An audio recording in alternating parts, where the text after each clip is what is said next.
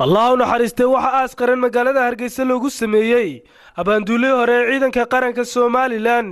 marxuun Ibraahin Caydiid oo xanuun ugu geeriyooday dalkaasi Djibouti waxaana marxuunka garoonka diyaarada ee Hargeysa ka soo qaaday taliyaasha kala duwan ee ciidamada qaranka Soomaaliland xubno ka tirsan golaha wasiirada iyo badi dadkii ay siiqaaneen iyo intii la soo shaqaysay iyadoo loo soo dhaqaajiyay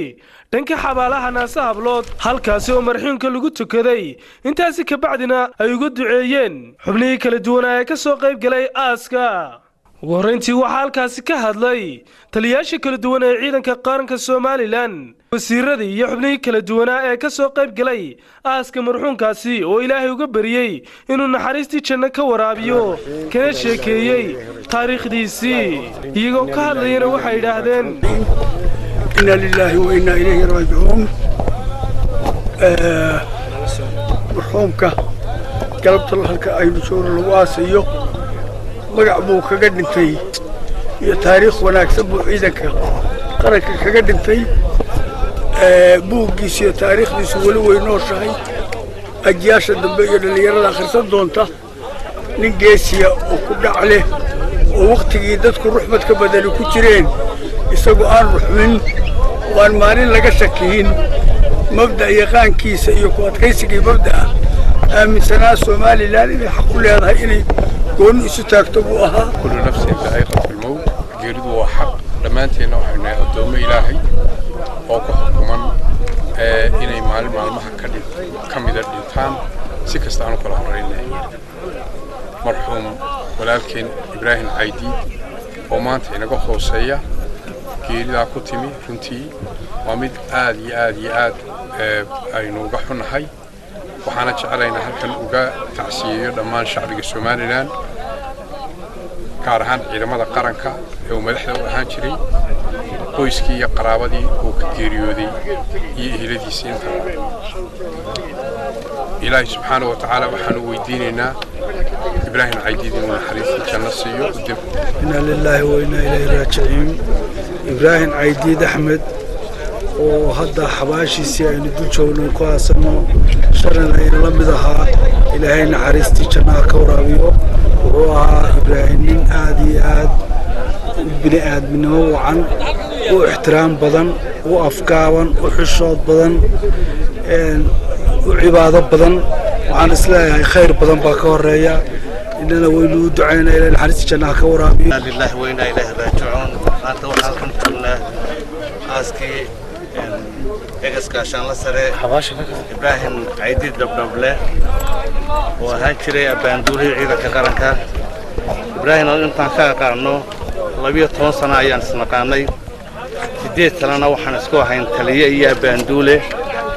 إبراهيم وحويان حديث راكيش رج وجوه أحسن أيها الله نحرسته ننحشود بدن وقوم في عن ومحترمة وصل عيدما ذا دحدو دي سراكيش آد لوغا قدرية أيها إنا لله وإنا إليه راجعون مرحومك واردتي إلهي وحنا قبرنا حديث الجنة إلهي وسيو السمر إيمان نقصي إهلديسي عرورتيسي إهلكيسي ودن ميلي جوغام وحكا لنا الرب عن وحنا قبع ما أنت دعوة مرحبين إنا لله وإنا راجعون إبراهيم عيديد وقوانين قيمة كله عيد مضى وقوانين أدل بدن وقوانين هذه وفي عام وقوانين عيد نورولس له نيدا دورولس له مركا waxaan leeyahay maalintii geeridu waa xaq maalintiisa uu dhintay Ilaahay ha u naxariisto ciidanka qaranka iyo ehelkii iyo qaraabadii iyo ubadkiisa dhamaantood samriyeeyaan iyo dhamaanteenba samriyeeyaan Ilaahay naga siiyo inna lillahi wa inna ilayhi raaji'un noolaaba waa dhintay qof walibana waa dhimanaya Ibraahin Caydiid madax buu yahaa muduna xukumayo madaxna haylayo dhowr iyo 10 sanadood waxaanu wada joognay taliska guud wuxuu hanin nin waliba uu sheegay laakiin dulqaad badan qof walba ixtiraamo an kalgacayl qof gooniya oo haya jilcida ku dhan wada jira ayo راجعون كل نفس ذائقة الموت qof walba nagamida waxa horan halka maanta taaganahay إبراهيم تيسي maanta noqotay waa inaga isugu nimiyay sida sharafta leh heerka qaran waasana إبراهيم wuxuu ahaa sarkaal runtii loo odhan karo saraakiishii ugu wanaagsanayd Somaliland ayuu ahaa. maanta waxaynu aasaynaa marxuum Ibraahim Caydiid Allah u naxariisto eelkiisiina samriye baan Ilaahay ka siiyo Somaliland oo dhan Ilaahay ka siiyo shacab iyo xukuumadba waa nin qaali laga baxay anu muddo aad u fara badan baan qaanay inna lillahi wa inna ilayhi raaji'uun halkan waxaanu taaganahay marxuum Ibraahim Caydiid xabaashiisii waana la dhimanaya kullu nafs taaqadu mood halkan waxaan ugu tacsiyanayaa eeladiisii ciidanka qaranka halkan oo ku hadlaya afka gobolka deegaanka waa laga dareemay geeridiisa Allah u naxariistee gobolka Buuhoodle ninku culus buu ahaa ninku weyn buu ahaa nin taariikhdiisa la yaqaano ahaa Ismaan Axmed Ismaan telefishinka caalamiga Star magaalada Hargeysa.